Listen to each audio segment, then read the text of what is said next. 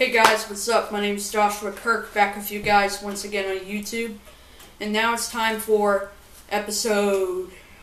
I think this is episode 22 of Album of the Day, my long-awaited next review. Episode 22 of Album of the Day it is. Sorry it's been a while since I've done it, but just as all of you know, I'm really busy and stuff. But I decided I wanted to do another review because I want to get back on track with what I usually, love to do. And first of all, I just want to let you know that it is snowing like crazy out there in Odenton, Maryland here. It's like, it hasn't really been snowing that intensely until now, today. But just wanted to let you know that. Anyway, let's get on to the episode. So today's artist is a band that I have reviewed before on this channel. On my first review, actually, on my first Album of the Day episode, I reviewed this artist's 7th album, called Blame It on Gravity. It's a band from Dallas, Texas, an all-country band called the Old 97's. Here to review their second album, and this one seems to be a fan favorite for pretty much most hardcore Old 97's fans out there. The album is called Wreck Your Life. The year on here says it was released in 1995, but according to Wikipedia, this is actually released in 1996. But some people just tend to get the release dates a little off there, as all of you may know that. Anyway, here's the cover, spine, other spine in the back. The songs on here are Victoria, The Other Shoe, Doreen, You Belong to My Heart, Big Brown Eyes, Dressing Room Waltz, WIFE, Bel Air, My Sweet Blue-Eyed Darling, Old Familiar Steam, Over the Cliff, and Going, Going, Gone. And this was released on Bloodshot Records. And I got this CD actually a little late. So I'm a little late coming to this album, sort of new to it, but I figured since I saw it at this record shop in Charlottesville, Virginia called Sidetracks, so I figured why pass this on. So I figured why pass this up. Bloodshot also released a deluxe edition of this called Wreck Your Life, and then some back in 2009. But I'm not really gonna get that, because I decided I'm fine, sticking with this, with this older copy here. But anyway, let's open it up. There's some pictures right there, a few photos right there. I'll tell you what these pictures look like. These look like a couple of girls, on the middle of a treehouse. Looks like they're drinking whiskey or something like that. And then there's a man doing some drilling, sort of looks like someone doing some welding or something. But it looks more like somebody drilling than somebody welding there. A picture of the band, in the studio, which is an attic in Chicago. And the fourth one looks like, someone, a dead body in a casket. It looks like, flowers, and, it's, slightly opened up. Looks like it's, at a funeral or something. A few church seats there. And there's, this booklet doesn't have much to it. It just has the song titles and the number of the tracks and the running times, the thank yous, the liner notes, and everything like that. And this was recorded, produced, and engineered by Chuck Uchida at a small attic in Chicago called Attica. And dedication and guest appearances and stuff. But anyway, there's the CD itself, which has some yellow background and a purple 97, along with a little bit of purple background there.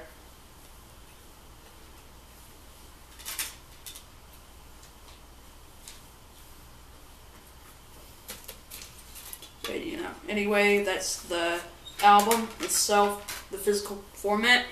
Now, there's definitely a lot of classics to be found on this album, like Victoria, Doreen, and Big Brown Eyes. Those are definitely, like, classics for sure. Like, you know, and of course, like, according to, like, iTunes, you know, punkified alt country doesn't get more fun than that, basically. But, you know, some of the other tracks, like, beyond those three songs are excellent, too. Like, you know, there's plenty of standouts to be found on here, and some nice country ballads on here, along with some really killer sort of rock tracks as well. Dude, Ken Bethea's really killer electric guitar work, along with Philip Peeples, like, awesome, like, amazing drum patterns, which are inspired by Rhett's drumming that I've heard in an interview with him once. Like Rhett Miller's strumming. And Murry Hammond's voice, of course, so beautiful to hear his harmony over Rhett's voice. And he plays bass, and he has nice little tight bass lines too. And some of the other tracks on here include the murder ballad, The Other Shoe, which, you know, is a nice sort of sway along sort of tune. So I like how they try to make upbeat songs while still trying to make it, you know, really dark with the lyrics at the same time, not really make it like something, you know, playful or light or anything like that. Like, you know, I'm definitely fine with all these heavy lyrics. Like, so far the only songs on here that really sound like true love songs are like tracks like Big Brown Eyes a little bit, and along with a few of the covers on here, My Sweet Blue-Eyed Darling by the father of bluegrass, of course, Bill Monroe, along with You Belong to My Heart, originally composed by Mexican composer Agustin Lara.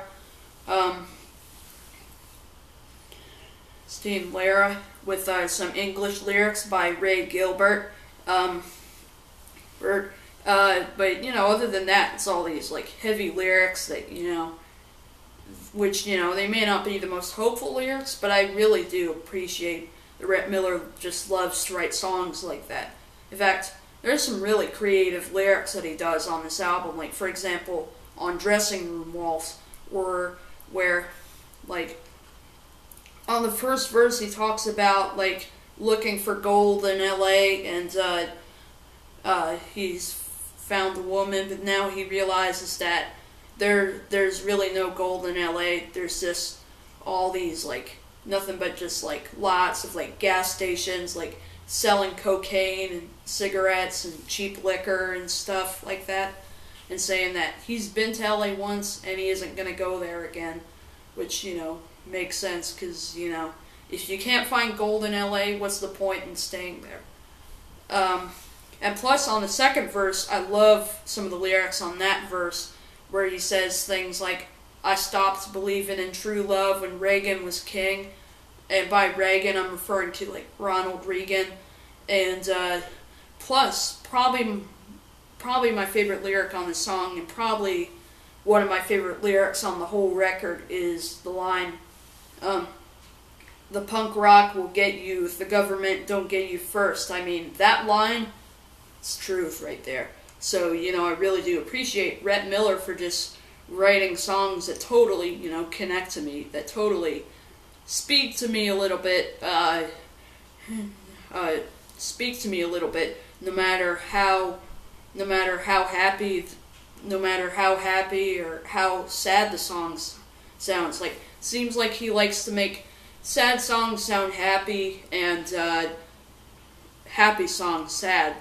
I like how it's sort of the other way around, instead of, like, matching moods with each other, because, you know, if you're singing a really sad song with these heavy lyrics, with all this, you know, non-hopefulness in it, you better have a smile on your face while you're cutting it, or else, you know, no one's going to want to hear it. In fact, I heard that in an interview that Rhett Miller and Murry Hammond were given back in 2008 during the era of Blame It on Gravity.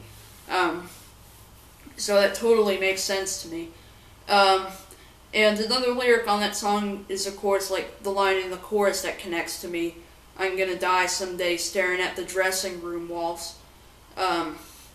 So, like, he sings really creative lyrics like, I'm gonna try not to fall down when I'm singing for you all.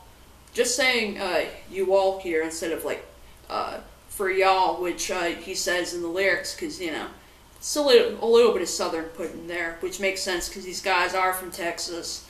So, you know, it definitely doesn't make sense there. And then some of the other lyrics that stick out include lyrics like, my advice is to not... Okay, let me get the line right. My advice is to not let us boys in, for we chose misery as our rock, and misery must love all the new friends that she's got. Like, you know, those lines really connect to me too. So, Dressing Room Walls is a song that definitely sticks out to me lyrically. Along with WIFE, which is track 7 on this album. That song has, like, interesting lyrics that I totally connect to, that, like, say things like, you know, you know, there's one line in the chorus that totally connects to me quite a bit. If I had half a brain left after my debauchery, I'd give up the other women and the WIFE.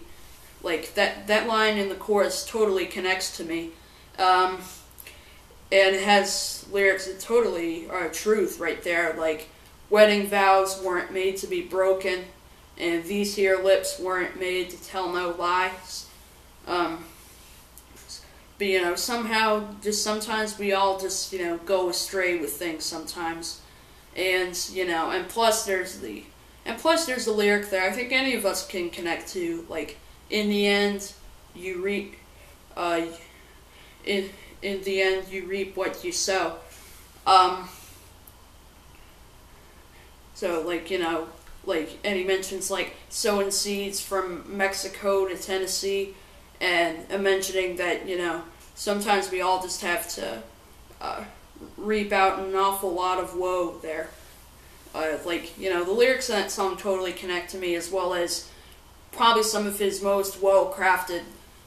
Rhett Miller's most well-crafted lyrics would have to be the lyrics that I'm hearing on the song Bel Air. Like, I will admit, the songs Dressing Room Walls, WIFE, and Bel Air totally have probably some of the best lyrics I've heard on the whole album, and probably, you know, some of Rhett Miller's best songwriting to date. Like, the songs in that, you know, like, those few songs in the middle are just, you know, excellent tracks.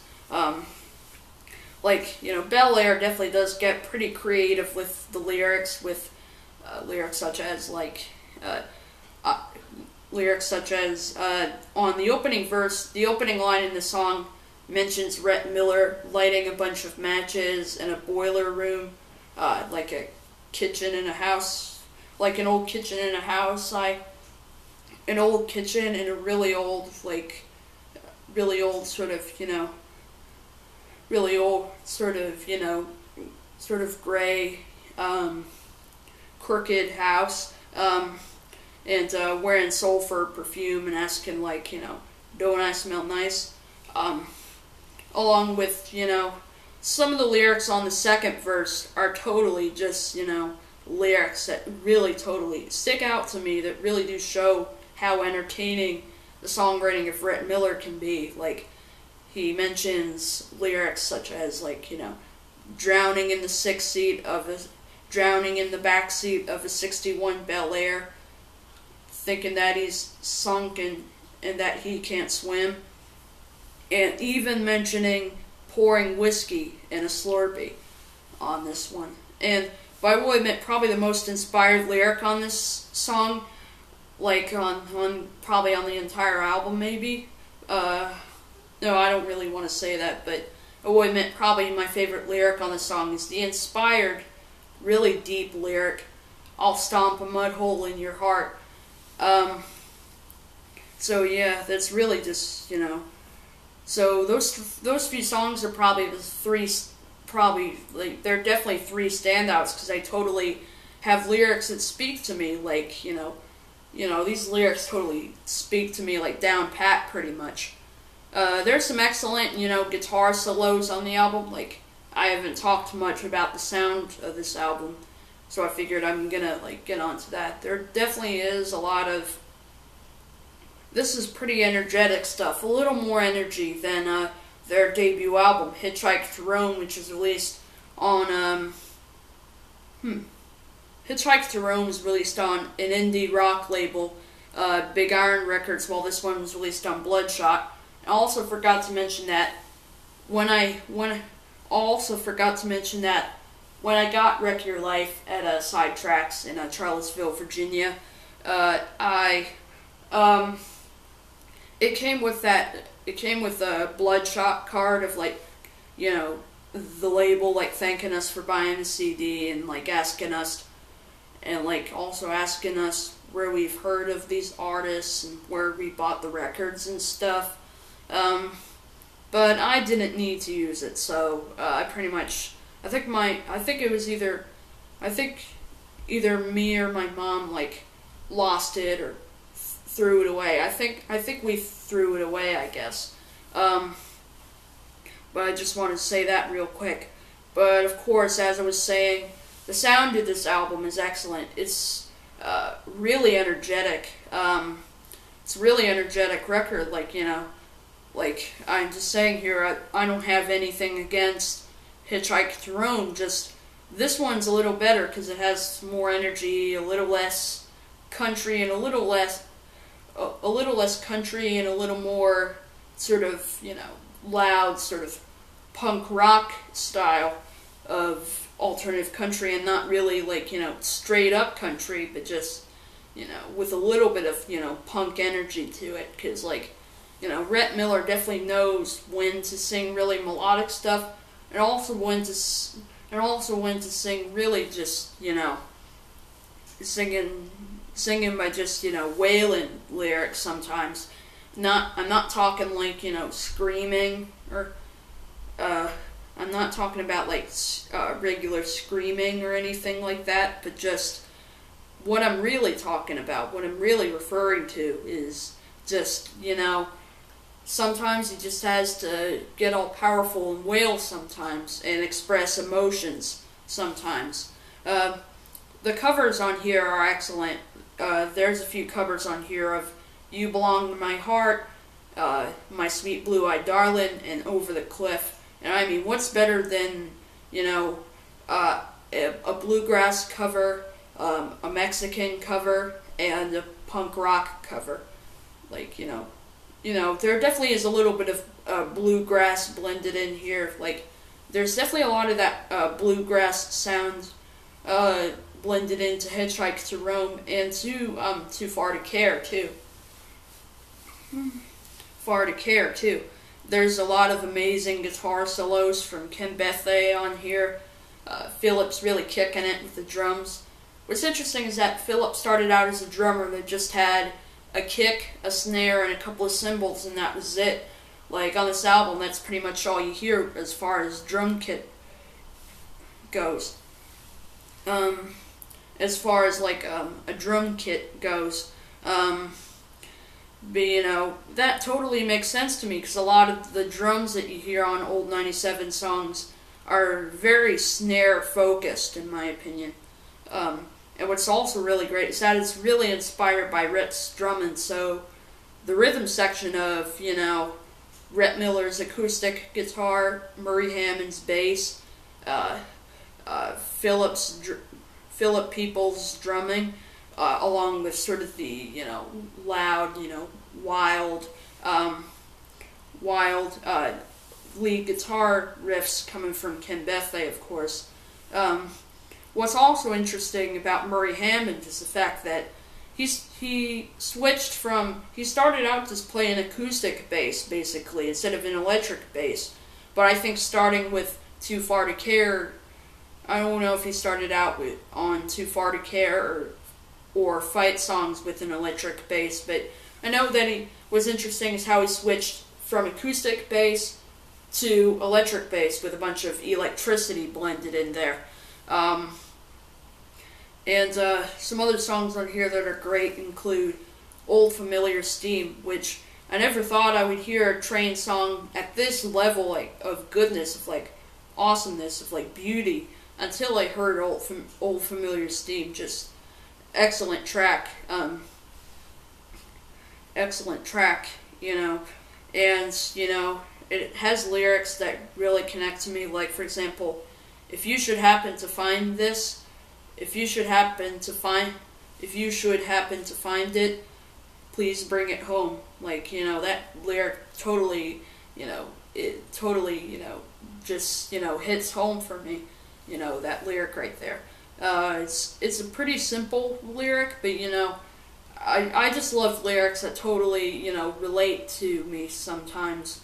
You know, I just, you know, love hearing it compared to, like, other lyrics that don't really say a thing, that don't really, like, feel like something that says a thing about me at all.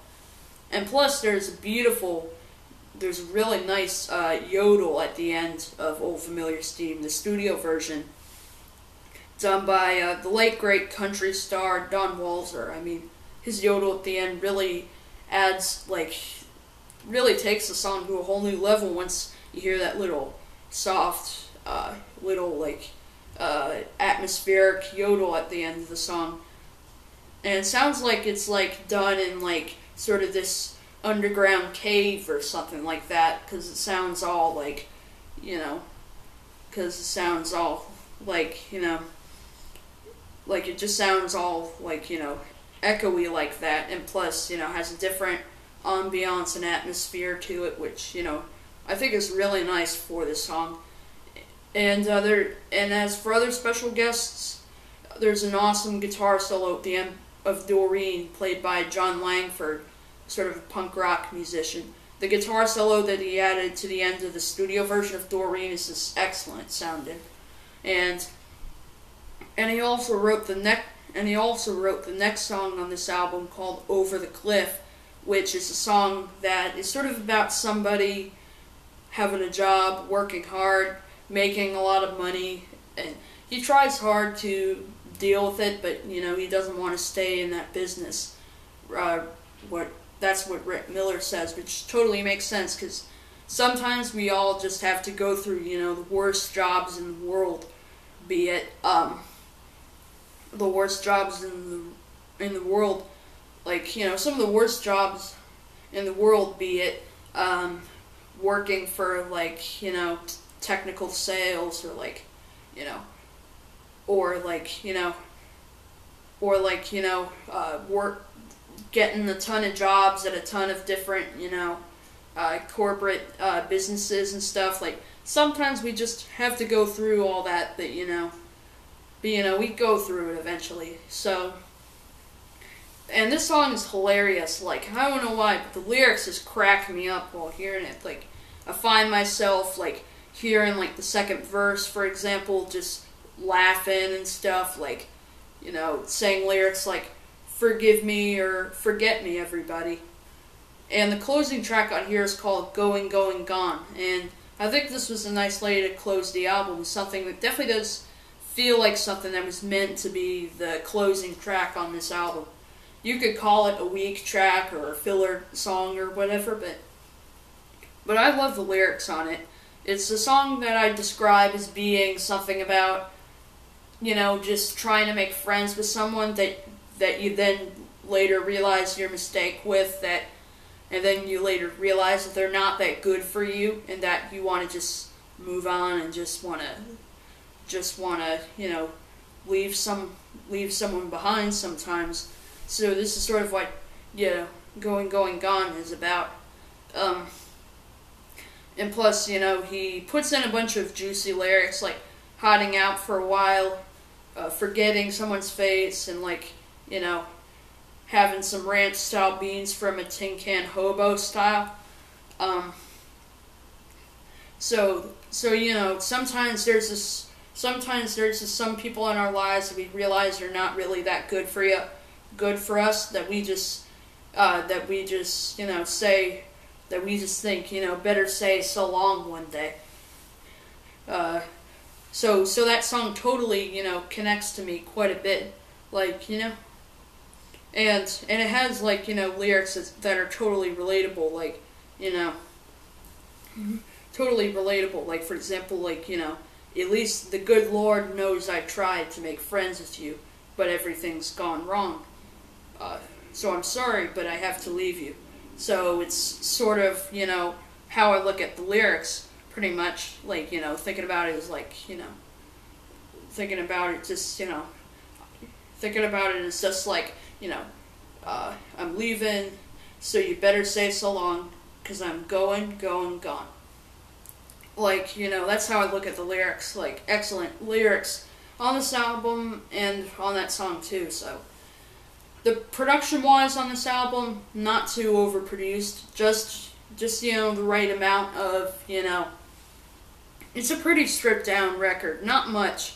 There's basically, like, a couple of guitars, a bass guitar, a drum kit, along with, I don't know if you noticed this, but there is banjo on this album on here. It's not really heard very clearly throughout the album, but Murry Hammond did play some banjo on here. But other than that, that's pretty much the only few instruments that you really hear on this record. That's pretty much all it needs. It doesn't really need any extra effects or drum machines or any, like, you know, bizarre instrumentation. What it just needs to be is just, you know, a good alt country album. So I'm gonna give this one. I'm somewhere. I originally thought of an 8 at first, but since the last few times I've listened to this album, I've definitely loved it a lot. I'm sort of leaning towards a 9 out of 10 on this one. So that was my review of the old 97's album, Wreck Your Life. Tell me what you guys think in the comments. And, you know, if there are any hardcore old 97's fans out there watching this video, just, you know, I'd love to hear your opinion on Wreck Your Life. Like, I suppose some of you really love it, so. And plus, keep on giving me nice 5-star ratings, you know, on my videos. And giving me a ton of likes and nice comments and emails, because that's exactly, you know, what I get from these videos. So, you know, so I'll see you for my next review, which hopefully will be very, very soon. Bye.